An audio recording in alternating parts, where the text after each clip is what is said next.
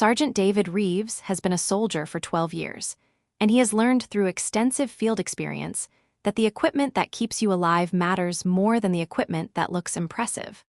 A lesson that's particularly relevant when you're preparing to attend a formal military reception at the Thessari Imperial Palace, wearing combat armor that's functional, but shows every year of hard use it's endured. The reception is honoring Allied forces who participated in recent joint operations. The series of border security missions and counterinsurgency actions that human and Thessari military forces conducted together over the past 18 months. It's diplomatic event as much as military recognition, formal acknowledgement of alliance cooperation, ceremonial display of partnership. The kind of occasion where appearance and protocol matter as much as actual military capability. David is attending as part of the human military delegation, one of several enlisted soldiers invited to represent human contribution to the operations being honored. The invitation specified formal military attire, which for humans typically means dress uniform for ceremonial occasions or combat armor for events emphasizing operational service. David chose to wear his actual combat armor, the field equipment he used during the operations being honored, not ceremonial dress gear that would look more impressive, but that would represent appearance rather than substance. The choice was deliberate. The reception is honoring actual military service, actual operations, actual contribution to alliance security. Wearing the equipment that he actually used during those operations, even though that equipment shows its history clearly, felt more honest than wearing pristine ceremonial gear that had never seen field deployment. But honest doesn't mean impressive. And David is aware, as he joins the human delegation at the palace entrance, that his armor stands out in ways that aren't entirely flattering compared to the ceremonial military regalia that most attendees are displaying. His armor is functional, maintains full protective capability, passes all safety certifications, but it also shows 12 years of field use in ways that careful maintenance can't completely hide. The chest plate has 3 visible patches where damage was repaired rather than the entire plate being replaced. Field expedient repairs, conducted during operations when proper replacement parts weren't available.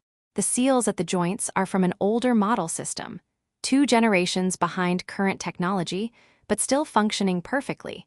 Never replaced because functionality mattered more than having the latest equipment. The surface shows wear patterns from sustained use. Scratches from moving through rough terrain, discoloration from exposure to various environmental conditions, the general weathering that combat equipment accumulates when it's actually used for its intended purpose, rather than maintained primarily for appearance.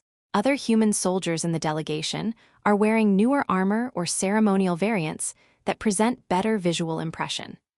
The Thessari military personnel at the reception wear elaborate formal regalia that combines functional armor elements with ceremonial decoration.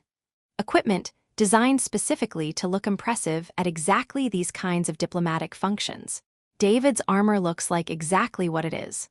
Working equipment that's been maintained for function rather than for appearance, showing honest evidence of the operations it's been used for rather than presenting pristine surface that suggests it's never actually been tested. The reception proceeds through standard diplomatic protocol. Formal introductions in the Grand Hall, human delegation presented to Thessari imperial officials, acknowledgements exchanged, the careful choreography that alliance diplomatic functions require. Display areas where various military equipment and regalia from allied species are exhibited. Weapons, armor systems, the technological and traditional items that different species bring to alliance military cooperation. Ceremonial presentations honoring specific units and individuals who distinguished themselves during recent operations. Formal remarks from senior military commanders on both sides about the value of alliance cooperation and the success of joint operations.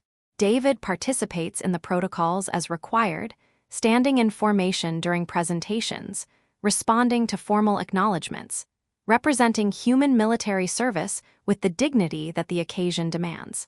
But he's also aware of the attention his armor draws, not admiring attention, but the kind of notice that comes from standing out in ways that don't match the formal context's expectations. Several Thessari courtiers study his armor with expressions that David can't fully interpret, but that seem to carry judgment. Some human diplomatic personnel show subtle discomfort, recognition that David's practical field equipment looks less impressive than it ideally should in this formal palace setting. Captain Elena Vasquez, the human liaison officer coordinating the delegation's participation, approaches David during a brief interval between formal program elements. Her voice is quiet, meant only for him. "Sergeant, I appreciate that you chose to wear your actual field equipment. It's honest representation of your service, but I want you to be aware that the Thessari court culture places significant emphasis on visual presentation. Your armor's condition might be interpreted as disrespect toward the formal occasion, rather than as authentic representation of field service." "Understood, Captain," David replies. "Should I withdraw from the reception?" "No," Elena says. "You're here representing human military contribution. That contribution is real regardless of how your equipment looks. I just wanted you to be prepared in case anyone comments on the armor's condition." David nods acknowledgement. He'd already considered the possibility that his choice to wear working equipment rather than ceremonial gear might draw criticism. But wearing honest representation of actual service felt more important than maintaining appearance that would misrepresent the reality of field operations. The reception continues. The formal program concludes and transitions to the less structured social portion, where attendees can move freely through the palace spaces designated for the event, engage in conversation, examine the displayed military equipment more closely. David is studying a display of Thessari ceremonial weapons, beautiful pieces that combine functional design with elaborate artistic elements. When he hears a voice behind him, carrying the particular tone of someone making comment, intended to be overheard rather than privately shared. Is that what human military equipment actually looks like, patched together from scrap? David turns to see Princess Seraphia, the emperor's youngest daughter, known throughout the court for her sharp intelligence and equally sharp tongue. She's examining his armor with expression that clearly communicates disdain. "I've seen merchant vessels with better maintained hull plating," Seraphia continues, her voice carrying clearly to the courtiers and military personnel in the surrounding area. "Does the human military not provide proper equipment maintenance, or is this simply the best your species can produce?" The comment draws attention. Conversations pause as people turn to observe. Some Thessari courtiers show entertained skin colors, enjoying the princess's mockery of the human soldier's shabby-looking armor. Others show embarrassment, recognition that publicly mocking an allied military representative during formal reception honoring that service is diplomatically inappropriate regardless of how the equipment looks. The court waits for David's response, waits for him to defend himself, to explain that the patches represent field repairs from actual combat operations, to argue that the outdated seals still function perfectly and that replacing working equipment for appearances' sake wastes resources, to bristle at the insult to human military capability and maintenance standards. David looks at his armor, at the patched chest plate that absorbed the impact that would have killed him during the operation on Cathara IV, at the outdated seals that have never failed despite being 2 generations behind current technology, at the wear patterns that tell the story of 3 years of sustained operations in conditions that tested every piece of equipment to its limits. Then he begins unclasping the armor. David's hands move with practiced efficiency through the armor removal sequence, the procedure he's performed thousands of times after operations, after training, after the daily routine of military service that involves putting on and taking off protective equipment so regularly that the movements become automatic. Chest plate first, the main piece that protects torso and vital organs. He releases the magnetic locks, disengages the power connections that integrate the armor with his suit's environmental systems, lifts the plate away from his body, sets it down carefully on the palace floor in front of him. Not thrown, not discarded with anger, just removed with the same careful attention he always gives the equipment that's kept him alive through 12 years of military service. The court watches in confused silence, This isn't the response anyone expected. Defending the armor's condition, that would make sense. Arguing about functionality versus appearance, that would be comprehensible. Even angry departure from the reception, that would be understandable reaction to public mockery. But systematically removing the armor piece by piece, that's something no one anticipated. Shoulder guards next. Right side, then left. The pieces that protect shoulders and upper arms while maintaining mobility for combat actions. David unclasps them, removes them, sets them down beside the chest plate. Arm sections. The protective sleeves that cover forearms and integrate with the glove systems. Each piece removed methodically, placed carefully on the growing collection of armor components on the floor. Princess Seraphia watches with expression that has shifted from entertained mockery to uncertain processing. She made cutting comment about the armor's shabby appearance, expecting defensive response or embarrassed retreat. Instead, the human soldier is calmly, deliberately removing the armor she mocked and setting it aside. The courtiers who showed entertained skin colors when Seraphia delivered her insult now show confused purple, the shade that indicates processing something unexpected without clear framework for interpretation. The military personnel, both Thessari and human, watch with more complex responses. Some showing concern about what David is doing and whether it will create diplomatic incident. Others showing dawning recognition that whatever is happening, it's not the submission or embarrassment that public mockery typically produces. Leg protection. The pieces that shield thighs, knees, shins. David removes each component with the same careful attention.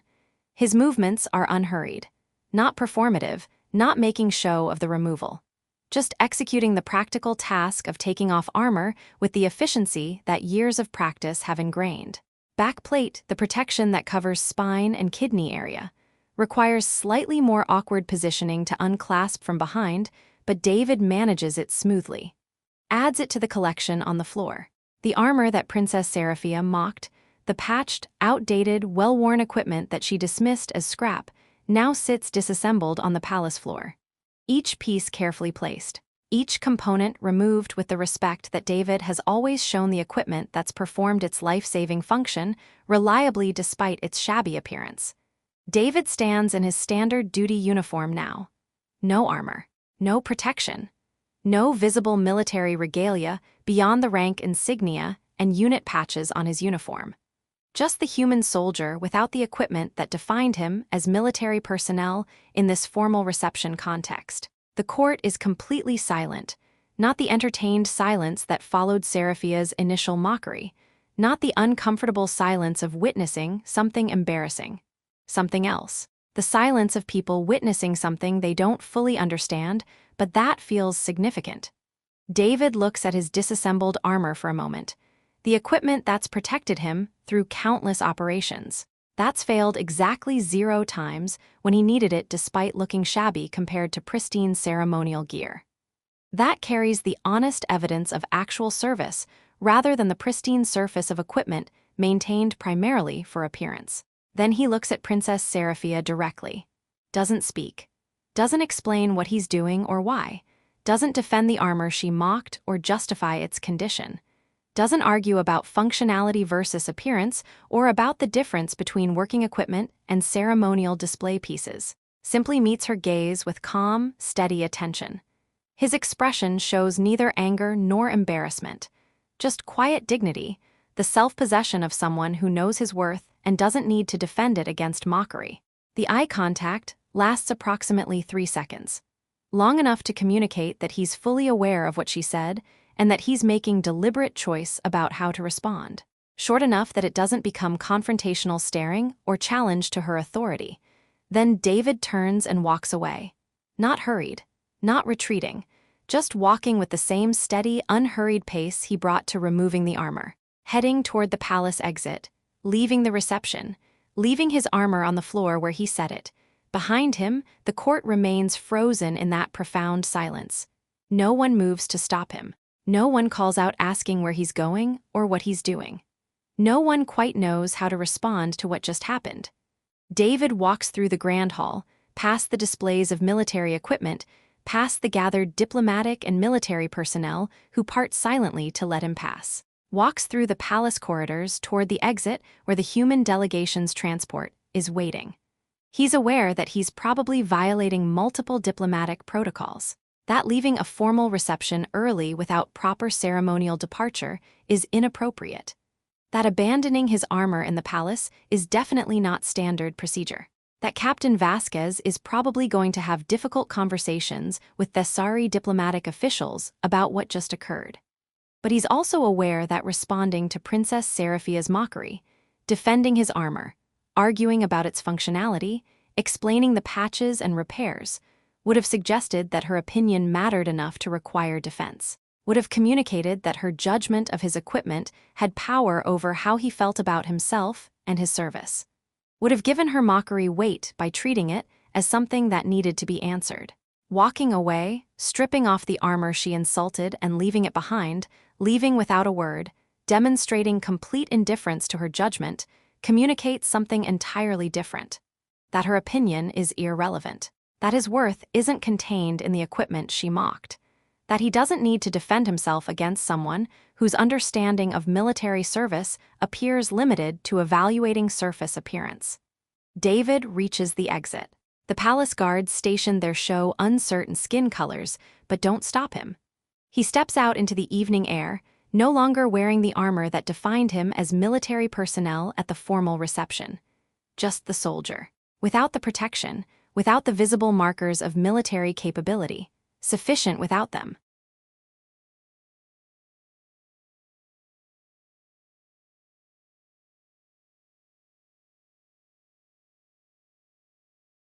Inside the palace, the silence following David's departure extends for approximately 15 seconds before anyone moves or speaks.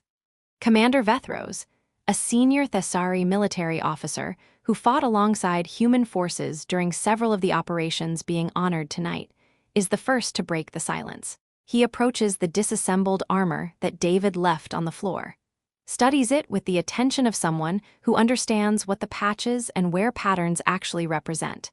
Then he turns to Princess Seraphia. His skin shows colors that the court recognizes as controlled displeasure, not quite anger, but definitely not approval. His voice carries the authority of senior military rank addressing imperial family member with necessary respect, but without the deference that might prevent him from speaking honestly. Your Highness, I need to explain something about what just occurred, because I believe you may not fully understand what Sergeant Reeves communicated through his actions. Seraphia's skin shows defensive purple. He walked away because I exposed how shabby his equipment is. He couldn't defend the poor maintenance standards that— No, Your Highness, Vethros interrupts, his voice firm. That is not what happened. And if that's your interpretation, then you've missed something crucial about Thessari warrior tradition that you should understand before you continue making assumptions. The court's attention focuses on Vethros. Interrupting an imperial princess is significant breach of protocol.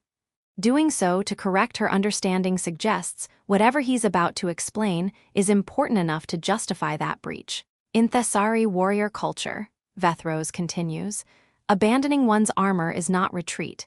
It is not admission of shame or defeat. It is specific statement, a declaration that what remains when the armor is removed is sufficient without the protection. He gestures to David's disassembled armor. When a Thessari warrior removes their armor and walks away, they are communicating that their worth is not contained in the equipment, that they do not require the armor to be what they are, that the person underneath, the protection is complete and capable without it. Sergeant Reeves didn't walk away because your mockery shamed him, Vethros says. He walked away because responding to your mockery would have given it weight it doesn't deserve, would have suggested that your opinion of his equipment mattered enough to require defense. He demonstrated something that warriors spend lifetimes learning, that dignity doesn't always answer insults, that self-worth doesn't need to defend itself against judgment from those who don't understand what they're evaluating. Seraphia's skin shifts through uncertain colors, but the armor is shabby, the patches are visible. The equipment is outdated. Those are objective observations, not. Let me tell you what those patches represent, Your Highness, Vethros says, kneeling beside the chest plate. This patch here, he points to the largest repair, is from the operation on Cathara IV, where Sergeant Reeves's unit held defensive position for 18 hours against overwhelming force while evacuation proceeded. The armor absorbed plasma discharge that would have killed him. It was repaired in the field because proper replacement wasn't available, and because the operation couldn't pause for equipment maintenance. He points to another patch. This one is from the counterinsurgency operation in the Theta sector. Explosive damage. Again, repaired in field conditions because mission continuation mattered more than equipment appearance. The outdated seals you mocked. Vethros continues.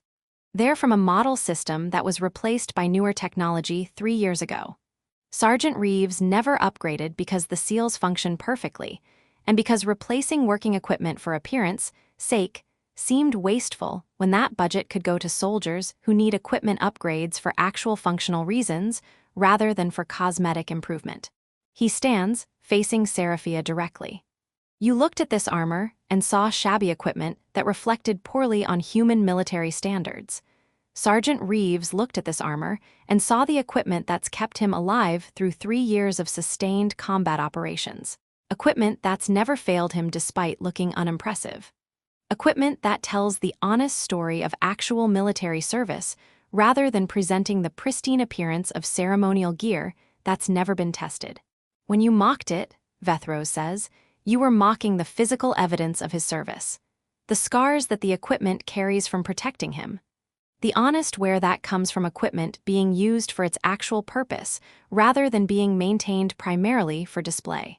And his response, Vethros continues, was to demonstrate that your mockery is irrelevant, that his worth, his capability, his dignity, his value as soldier isn't contained in the armor you insulted, that he doesn't need to defend equipment that's performed its life-saving function reliably regardless of how it looks. That he is sufficient without the protection, and therefore your judgment of the protection is meaningless. The court processes this in silence. Several military officers, both Thesari and human, show skin colors or expressions indicating agreement with Vethros's interpretation. Several courtiers show embarrassed recognition that what they interpreted as humiliating retreat was actually something more profound. Captain Alina Vasquez, who had been standing frozen since David's departure, speaks for the first time. Commander Vethros is correct. In human military culture, we have similar concept, the understanding that equipment is tool, not identity. That soldier's worth comes from their capability and character, not from how impressive their gear looks. Sergeant Reeves walked away because defending his armor would have suggested Princess Seraphia's opinion carried weight that it doesn't. His silence communicated more effectively than any argument could have, that he knows his worth and doesn't require validation from those who judge based on surface appearance. Lord Kethros, a senior court advisor, speaks carefully. Princess Seraphia, Commander Vethros, and Captain Vasquez are offering important context about what occurred. The sergeant's departure, which might appear to be shameful retreat, was actually demonstration of earned confidence. He showed that he doesn't need to answer mockery, because his self-worth is secure regardless of others' judgments. Seraphia's skin shows colors that suggest uncomfortable processing, but he left his armor, on the floor, in the Imperial Palace. That's the statement, Vethros says. The armor you mocked is so irrelevant to his actual worth that he can abandon it without concern. He demonstrated that what remains, the soldier without the protection, is sufficient. That's profound confidence, Your Highness. That's dignity that doesn't require defending itself. He pauses. And I suspect he also demonstrated something else, that walking away at the right moment can be more unsettling than standing to fight. Your mockery was designed to provoke defensive response or embarrassed retreat. He gave you neither. He gave you silence and departure that communicated complete indifference to your judgment. That's more destabilizing than any argument would have been, because it denies you the reaction you were seeking. The court remains quiet, processing the implications of what Vethros has explained. The shabby armor sitting on the palace floor, no longer evidence of poor maintenance standards, but physical record of actual service. The human soldier's departure, no longer shameful retreat but demonstration of dignity that doesn't answer insults. Princess Seraphia stands very still. her skin cycling through colors that suggest she's reassessing what occurred and recognizing that her clever mockery produced outcome she didn't anticipate or desire. Commander Vethros gestures to two junior officers. Please collect Sergeant Reeves's armor and ensure it's returned to him with appropriate care. It's earned that respect regardless of how it looks.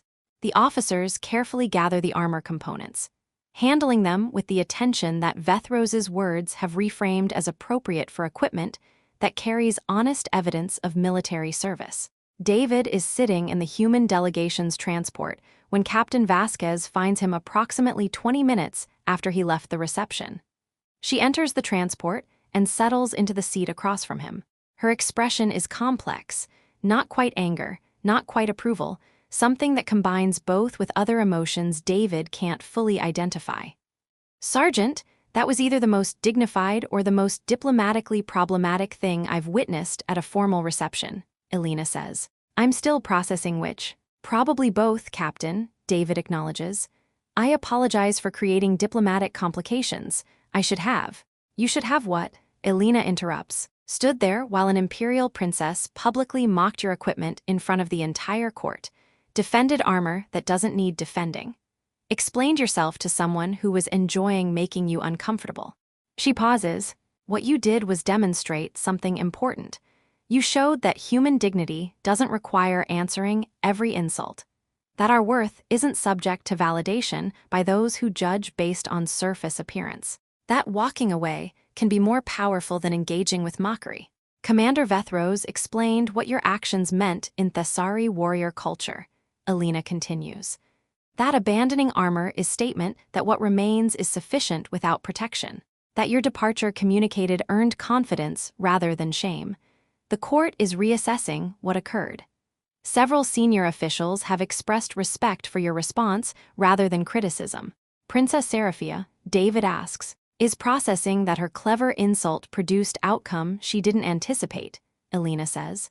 Commander Vethros was quite direct with her about what your actions actually communicated. She's, according to the Thessari officials I spoke with, experiencing uncomfortable recognition that mockery she intended to diminish you actually revealed her own limited understanding of what military service involves. Elena leans forward. Your armor is being returned to you with appropriate care. Commander Vethros insisted it be treated with respect befitting equipment that carries honest evidence of service. Several Thessari military officers have asked about the specific operations that produced the damage you repaired. Your choice to wear actual working equipment rather than ceremonial gear is being reconsidered, not as poor judgment, but as authentic representation that the formal reception should have honored rather than mocked. She pauses. I need to ask, when you started removing the armor, did you know what statement you were making? Did you understand the Thessari cultural significance of abandoning your armor and walking away? David considers the question honestly. No, Captain. I didn't know about the Thessari warrior tradition Commander Vethros described. I just knew that defending my armor would give Princess Seraphia's mockery weight it didn't deserve. That explaining the patches and repairs would suggest her opinion mattered enough to require justification. Walking away felt like the right response because it denied her the reaction she was seeking. So you made profound cultural statement without knowing you were making it, Elena observes. You demonstrated Thessari warrior principle through instinct rather than through understanding their traditions. That's actually more impressive than if you'd known what you were doing. You arrived at the same conclusion their warrior culture reaches through entirely different path. She stands. The reception is concluding. The delegation will return shortly. You'll probably receive formal communications from Thessari military officials who want to discuss what occurred. Commander Vethros has indicated he wants to speak with you personally about your service record and about the operations that your armor's condition reflects. Understood, Captain. And Sergeant, Elena pauses at the transport exit. What you did tonight mattered, not just for you personally, but for how Thessari court officials perceive human military personnel. You demonstrated that we possess dignity and confidence that doesn't require constant defense, that we know our worth regardless of others' judgments. That's valuable representation of human capability that goes beyond any formal diplomatic protocol could communicate. Over the following days, David's response to Princess Seraphia's mockery becomes story told throughout the Thessari military community. Not as example of diplomatic incident or embarrassing confrontation, but as demonstration of the kind of dignity that warrior culture respects deeply. Commander Vethros requests extended conversation about David's service history. Examines each patch and repair on the armor with the attention of someone who recognizes that equipment's condition tells story that pristine ceremonial gear can't communicate. Explains that Thessari warriors specifically value the willingness to abandon armor, to demonstrate that the person underneath the protection is sufficient without it, as mark of profound self-knowledge and earned confidence. You walked away because responding would have given the mockery weight, Vethros says during their conversation. That demonstrates understanding that many warriors spend careers developing, that dignity doesn't always answer insults. That self-worth secure in its foundation doesn't require defending itself against those who judge without understanding. Princess Seraphia, according to reports that filter back to the human delegation, personally requested information about the operations David participated in, reviewed documentation about the Cathara IV defensive operation, the Theta Sector counterinsurgency, the sustained combat actions that produced the damage her mockery dismissed as shabby maintenance. She doesn't apologize directly. Imperial protocol and personal pride make formal apology difficult. But she does make public statement during a subsequent court function about the importance of recognizing that military equipment's condition often reflects the operations it's been tested by rather than the quality of its maintenance. Acknowledgement that her initial judgment was uninformed. 6 months later, David is invited to return to the Thessari Imperial Palace for a private audience with the Emperor himself. The invitation doesn't specify the purpose, but Captain Vasquez briefs him that it's related to the reception incident and its aftermath. David attends, wearing the same combat armor, still patched, still showing its operational history, still looking shabby compared to ceremonial military gear. The Emperor receives him in a small private chamber rather than in the formal throne room, speaks directly without elaborate diplomatic preamble. Sergeant Reeves, my daughter's mockery of your equipment was inappropriate. I want to acknowledge that formally and to express regret that a human soldier attending reception honoring his service experienced such treatment. Thank you, Your Majesty, David replies, but I also want to acknowledge what your response taught my court, the Emperor continues. You demonstrated principle that our warrior traditions value highly, but that we sometimes forget in contexts where appearance becomes more important than substance. You showed that dignity doesn't require defending itself. That earned confidence can walk away from mockery because it doesn't need validation from those who judge without understanding. My daughter learned important lesson from what occurred, the Emperor says, about the difference between surface judgment and actual understanding, about how mockery reveals the mocker's limitations more than the mock's weaknesses, about how walking away at the right moment demonstrates more strength than engaging with insults ever could. He gestures to David's armor. That equipment tells story of service that ceremonial gear can't communicate. The patches are evidence of operations where you were tested. The wear is proof that you used the equipment for its actual purpose rather than maintaining it primarily for appearance. Commander Vethros was correct when he told my court that you weren't defending the armor because the armor doesn't need defense. It's performed its function reliably regardless of how it looks. Your worth isn't contained in the equipment, Sergeant, the Emperor concludes. You demonstrated that by walking away, by showing that you are sufficient without the protection, and therefore judgment of the protection is meaningless. That's wisdom that transcends military service. That's understanding of self-worth that creates dignity nothing can diminish. Years later, when David is training junior soldiers, he tells the story of the reception and Princess Seraphia's mockery. She looked at my armor and saw shabby equipment, David says, saw patches and wear and outdated components, made cutting comment designed to embarrass me in front of the entire court. Everyone waited to see how I'd respond. I didn't defend the armor, he continues. Didn't explain the patches or justify the repairs. Didn't argue about functionality versus appearance. I removed the armor piece by piece and set it down. Then I walked away without a word. Because defending it would have given her mockery weight it didn't deserve, David explains. Would have suggested her opinion mattered enough to require justification. Walking away communicated something more powerful, that I know my worth and don't need validation from those who judge based on surface appearance. Dignity doesn't always answer insults, he concludes. Self-worth doesn't require defending itself against mockery. Sometimes walking away, at the right moment, with the right silence, communicates more strength than any argument ever could. Remember that when you face judgment from those who don't understand what they're evaluating. Your worth isn't subject to their validation. Walk away when engaging would give their judgment power it doesn't deserve. The alien princess mocked the armor. The human set it down and walked away. No defense, no argument, no bristling, just silence heavier than any insult. In this empire, abandoning armor is not retreat. It is statement that what remains does not require protection. Dignity that doesn't answer mockery. Confidence earned through service that doesn't need defending. Walking away at the right moment. More unsettling than standing to fight.